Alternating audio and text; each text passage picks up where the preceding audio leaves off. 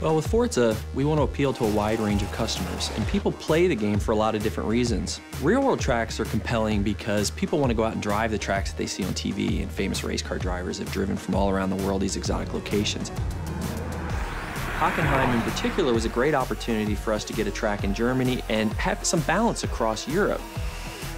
Hockenheim's a great track. It's been in DTM, it's been in lots of great sports car racing as well as other types of racing around the world. It's a really old track.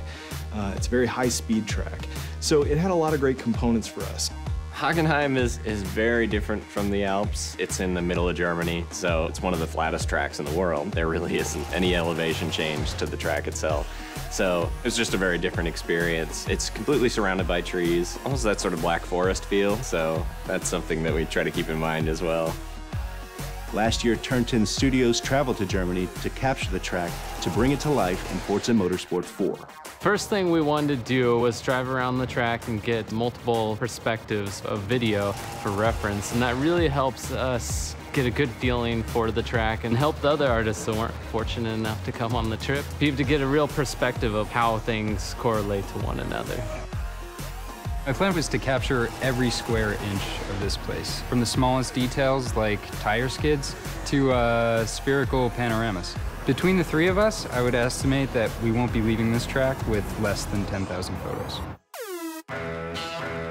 We have many different techniques for capturing the track. One of them is that we lay down GPS splines.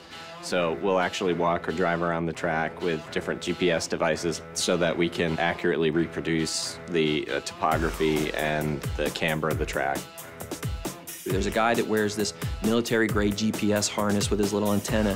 It's sub-centimeter accurate on the horizontal and it's sub-foot accurate on the vertical. And he walks the edges of the tracks. The poor guy that has this has to walk the inner and outer loops of this circuit and then get the outer barrier so that we get the exact information of where the ribbon goes, where the curbing is, where the walls are, all the structures. Everything is inch perfect where this stuff exists, all the camber angles in the corners. Generally, the process for creating a track tends to be the same for all tracks. There'll be slight differences between real-world and fictional tracks, but the first thing we say is, what is the feel for this track? What are we trying to impart to the player? When it comes to real-world tracks, we want to make them as accurate as possible.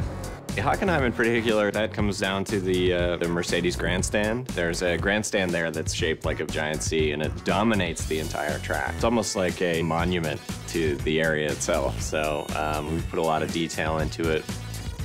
When you do look at it, it just has this sense of presence. When we feel this is really solid, we move on to the next stage, which is your refine phase, and we start doing our textures. So basically everything is there and to a level that we would consider shippable, but may not have that extra level of sparkle that we want it to. And then we take it into the polish phase, which is where all the love comes in. We get in and we model all the little details, where we try and say, okay, at this point, we know a lot of people are gonna hit this corner, so we're actually gonna scuff this corner up a little bit so that it's got a little bit of that character to it.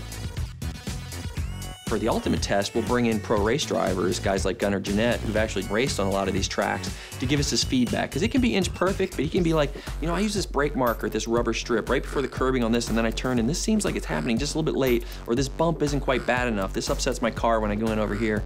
So we go in there and we make sure we get all those little subtleties right as well. So when you're racing a track like Hockenheim in the game, it's gonna feel and look just like it does in the real world to real drivers.